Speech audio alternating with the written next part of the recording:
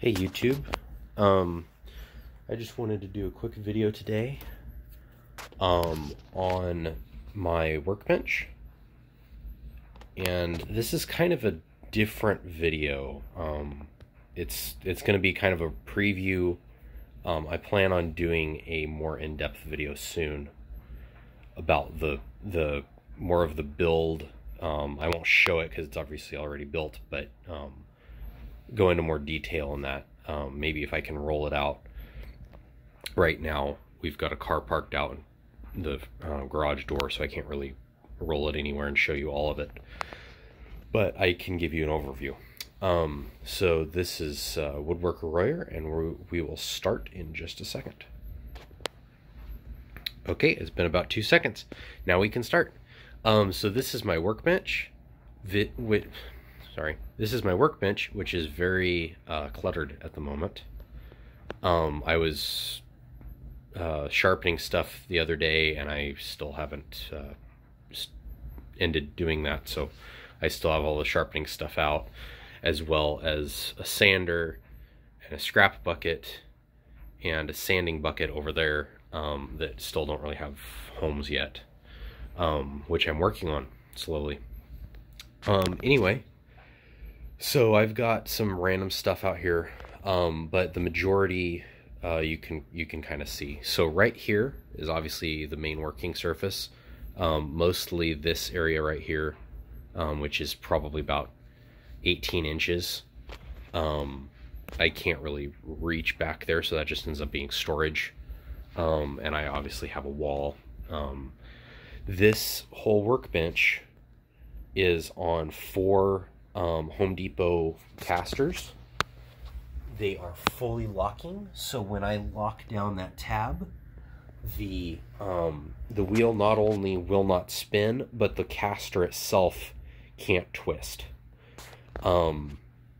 which is key to workbench stuff, especially if you're doing anything with hand tools. Really, you should have a stationary workbench if you're doing hand tools primarily, but for what I do, I don't do it that often, and so the fully locking casters work fine. Those are very smooth casters. They cost about $13 to $15 a piece, so I've got about almost $50 in just the wheels, just the 4 wheels for this this workbench. But anyway, the work surface here is kind of a lamination. I've got 3/4 inch, what is it, ABC? It's not ABC. ADX plywood, I think, or CDX, I don't know. Anyway, it's like the cheapo plywood. It's got a lot of gaps. It's not got very many layers. I think this one only has like 4 or 5. And then on top of that, I have 3/4 inch MDF, and on top of that, I have 1/4 inch hardboard. And this is for this reason. I did have a workbench before this that had the same special feature that I will show you in a minute, that had basically the same construction as 3/4 inch. Very nice maple plywood, much like this plywood down here. This is just a conglomeration of whatever I had on hand, but really nice maple plywood. And then it had a 1/2 inch particle board, and then 1/8 inch hardboard. I upgraded. I needed more thickness for one thing, but I also wanted more thickness of the hardboard and the MDF as a mitigation against like cuts and, you know, drill marks and all that. So for the most part, except for these holes, which are through and through, because I was trying to get a stop here and it just didn't work out, as you can see. But for the most part, when I replace this top board, or maybe the MDF underneath, depending on how bad it is, this whole work surface will be totally clean. I'll just pry this up. It's nailed down with brad nails. Again, I didn't screw it down. I may have screwed this MDF down. I don't think I did. But anyway, these 2 top layers aren't screwed down or glued because they're meant to be replaced. I do I do use my circular saw on this surface occasionally. Usually I don't. I'll hang the board off the edge or whatever. But when I do, I wanted to be able to have this whole thing be replaceable. And if I hit a fastener in the thing, I didn't want it to be a screw so it ruins a blade. I just wanted it to be a brad so it won't as much. You know, it'll still damage the blade a little bit, but just not as much. Anyway, so that's the work surface. I didn't originally intend for this to evolve as much as it did, but at a later date after I built it, I actually built in this drawer, which is, as you can see, not at all even remotely square. The drawer is perfect, actually, but the rest of the part around it isn't, and then I just like attached it to this scrap piece of hardboard with some sort of a laminate or a surface on it.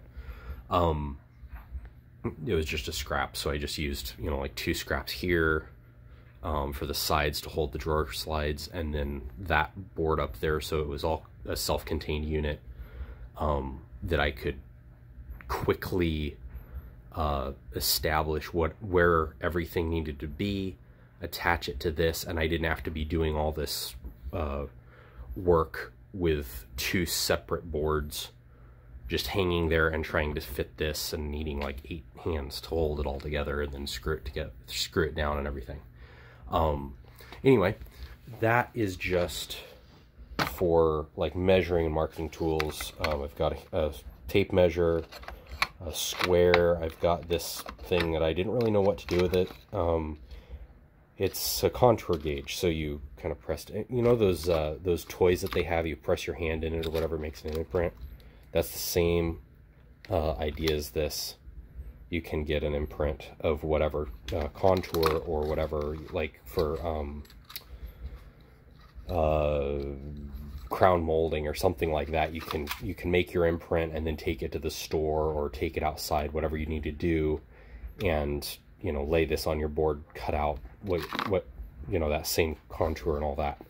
And then I've got like mostly this is just scraps, honestly. It's marking tools. I've got a little pick in here to clean stuff or point for things or whatever. I've got drill bits, drill bit holders, more drill bits. I've got a little old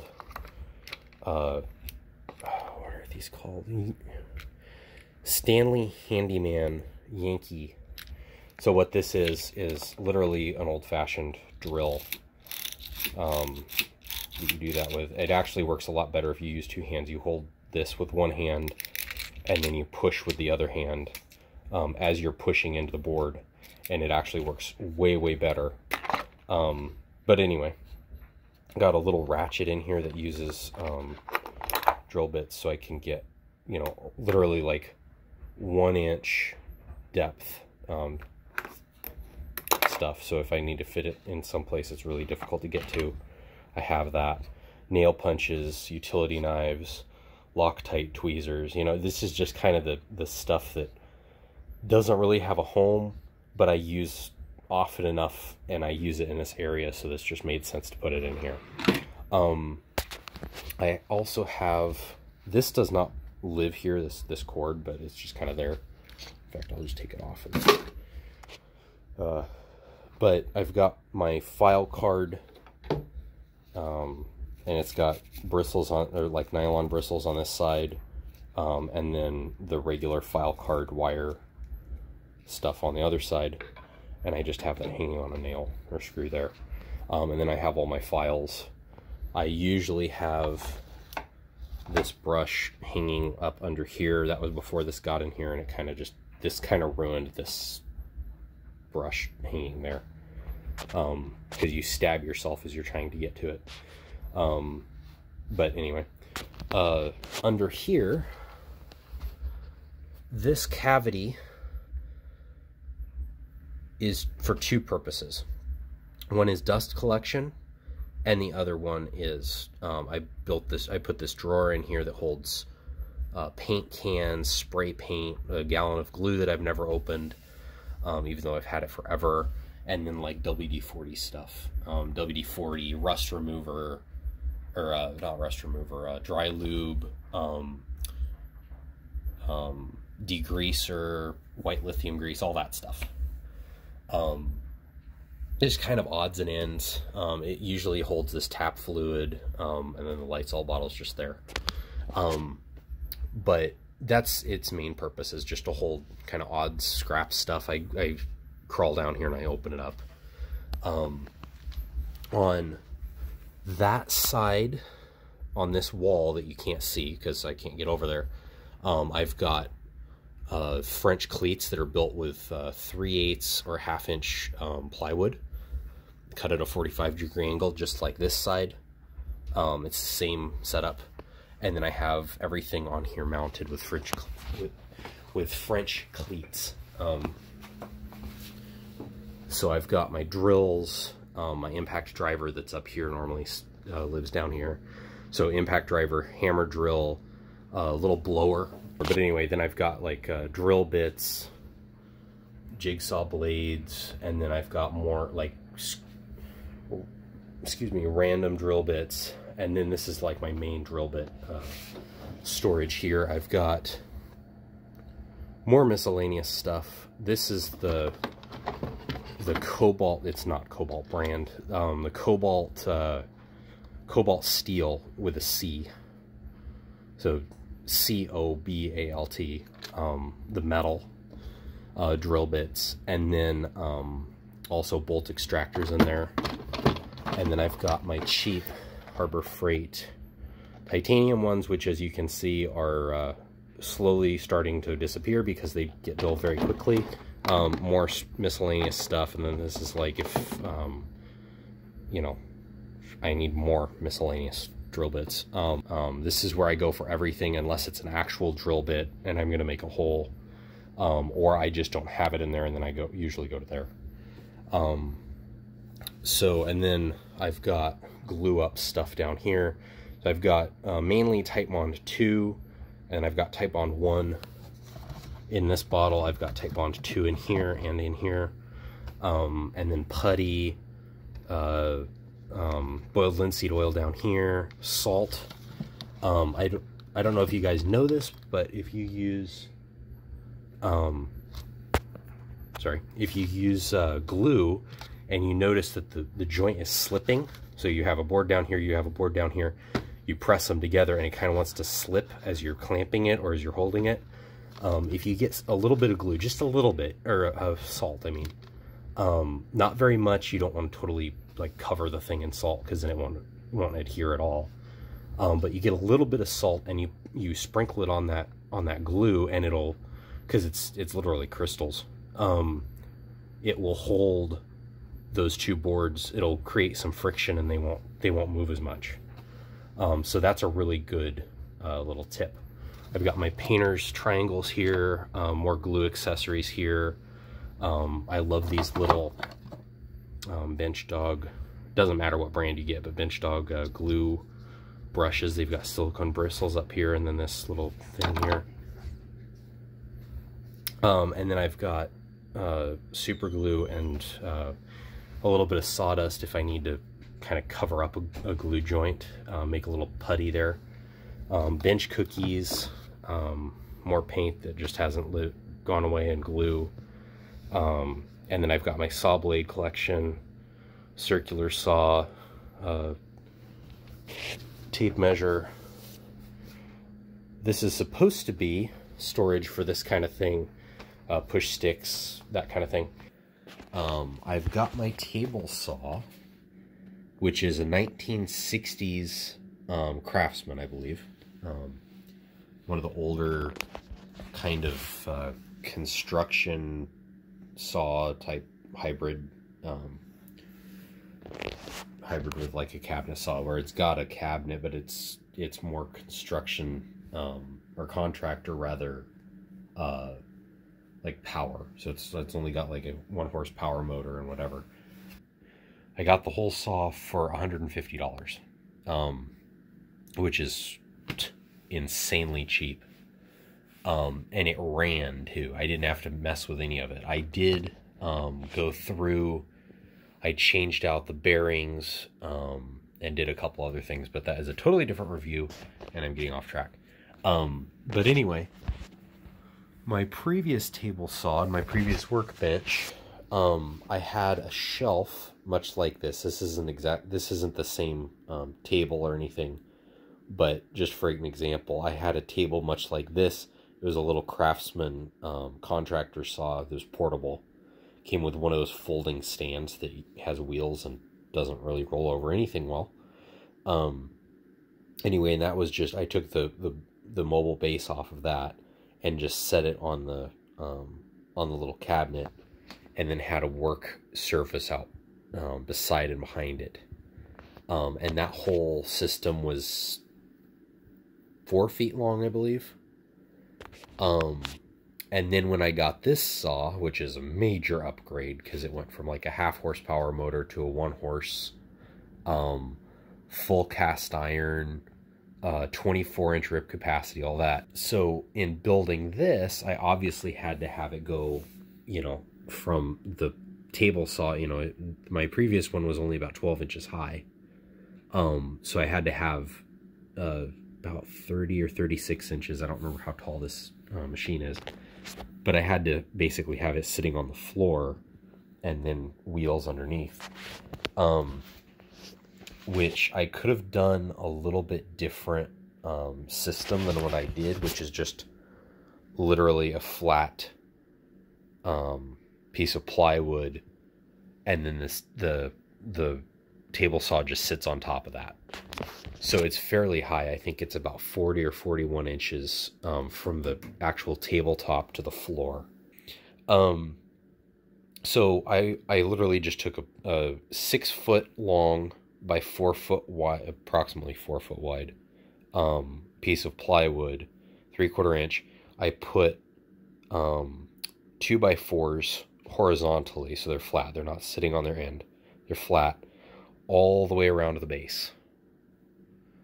And then I mounted the casters on the bottom of those, so that I mean, the wheels on the casters are 4 inches. If you add the rest of it, it's like 7 or 8 inches total. And then everything, including the table saw, is sitting on top of that.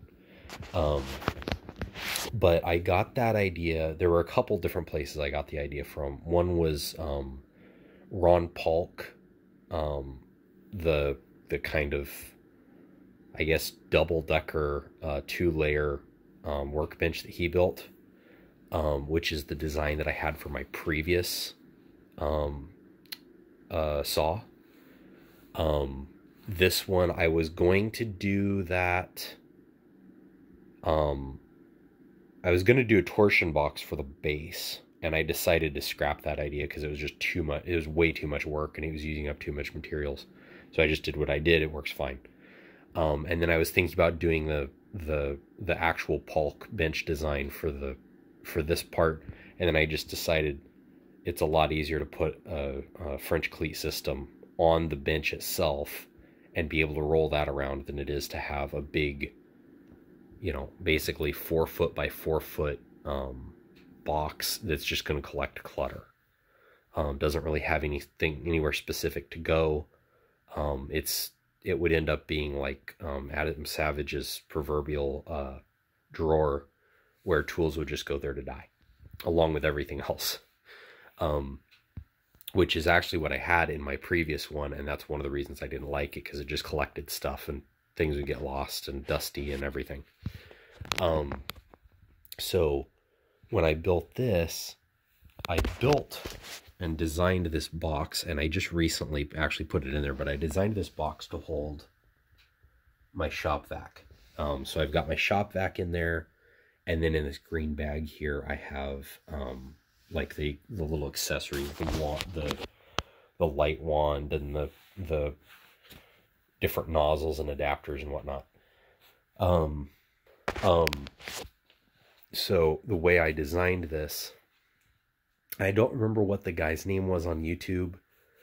If you look up mobile workbench with table saw on YouTube. I think you'll find it. But a guy basically did the same thing as I did, except he had a lower version of it, so it wasn't quite as tall, for a full-size table saw like this, except it was a saw stop. But instead of having, if I recall correctly, instead of having an outfeed table like I do, he had the saw turned 90 degrees, so it would, you know, all the knobs and all that stuff, you'd be pushing it through from this side as opposed from the end over here. Anyway, he had the saw in the middle, and then he had like a 2 or 3 foot wing on either side. I forget what the name of it is. Anyway, he had a similar design to what this ended up being, that is very, very similar to my original version of this, that I really enjoyed. It was almost perfect. I modified it for my original one. I modified it to fit my other saw, and then with this one, I took the lessons I learned from that, and then I put them into this. And this is basically the final iteration, probably, I mean, until I get another saw and whatever, but I'm not going to get another saw until that one really dies. But, and that'll be, you know, 5 or 10 years from now at least, before I even consider another saw, probably. So anyway, to get on with the tour of the workbench, so the table saw is, you know, this whole thing is the outfeed table. The lessons that I learned from this particular build are a couple. I would say the French cleat system I really like. I like that better than having the Paulk design. As much as his workbenches and stuff are like super strong, because of that kind of torsion box design, and they're also able to, you know, house a lot of tools. For my more stationary setup, and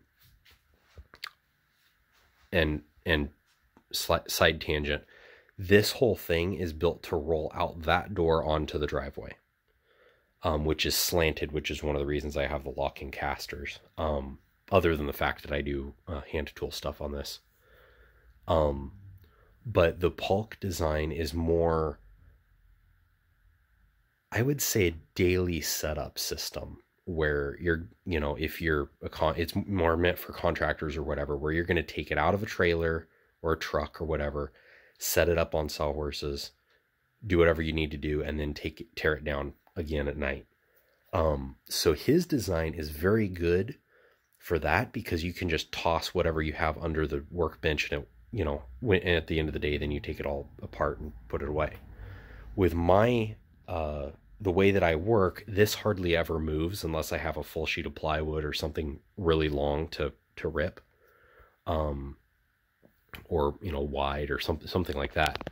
Most of what I do, I just open the garage door and, you know, work here. And so because this hardly ever moves, and because I'm never, you know, totally tearing this down, the French cleat system here works a little bit better for me.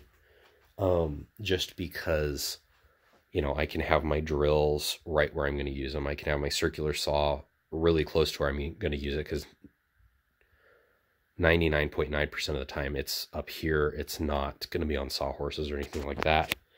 All my glue up stuff, my table saw blades, and circular saw blades, my sander, all that stuff. I haven't really seen anybody else do this. This is a combination of the 1-minute workbench video that I saw, that I love. I really appreciate his video. That was perfect for my other saw. And then I kind of modified it a little bit to work with this one. I do want to say that this has no real active dust collection. It's passive. All this does, sorry, interruption. Actually, Anyway, where was I? Oh, so this does not have active dust collection. There is no dust collector in this. The shop vac doesn't have anywhere near enough power to collect the dust from this actively. So the shop vac just lives there. It doesn't actually do anything with regard to the table saw. So what I do have for the table saw though is the table saw has basically a dust chute. You know, you've got the blade and everything up here, and then it's kind of got a dust chute that kind of makes all the, it's literally just a slide. It drops down and it kind of, you know, flows out the back. And this whole area with French cleats from this seam here all the way over here was designed for dust collection. And then I don't know if you'll be able to see it or not. Maybe. It'll be focused apparently. There we go. Back here, I've literally got a pillowcase that I've stapled up above to the bottom of the workbench, and I've got a board across the bottom through the little seam, actually just stapled to it, I guess, across the bottom to keep it basically flat. And so the dust comes out, it kind of swirls around in there, whatever, and drops down on the other side of that pillowcase. And I just used a pillowcase because that was a piece of fabric that was decently thick, and handy, you know. And then in doing that, that gave me enough space for this whole, I think it's 2 foot by 2 foot drawer, where I can store all my kind of most used chemicals and paints and all that stuff. I already showed this, but I didn't really show why this was even here. Again, if I was going to do this again, I would build this different. I wouldn't even have this at all. But let's see if we can go back. There we go. This part here was not in the original plans.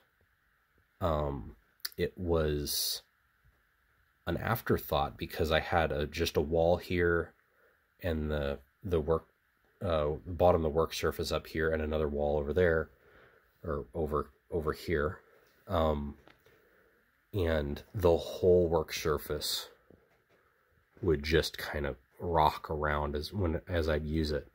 So I had to add this cutout thing that I did with a jigsaw, so it's not particularly even. But I had to add that just to be able to have this work surface be fairly stabilized. And then that's also when I added these 2x4s.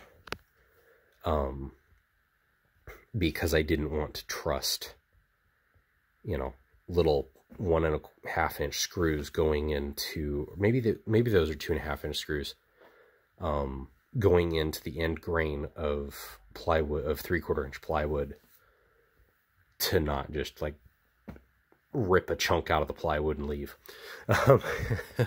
under any kind of stress. So I added these 2x4s.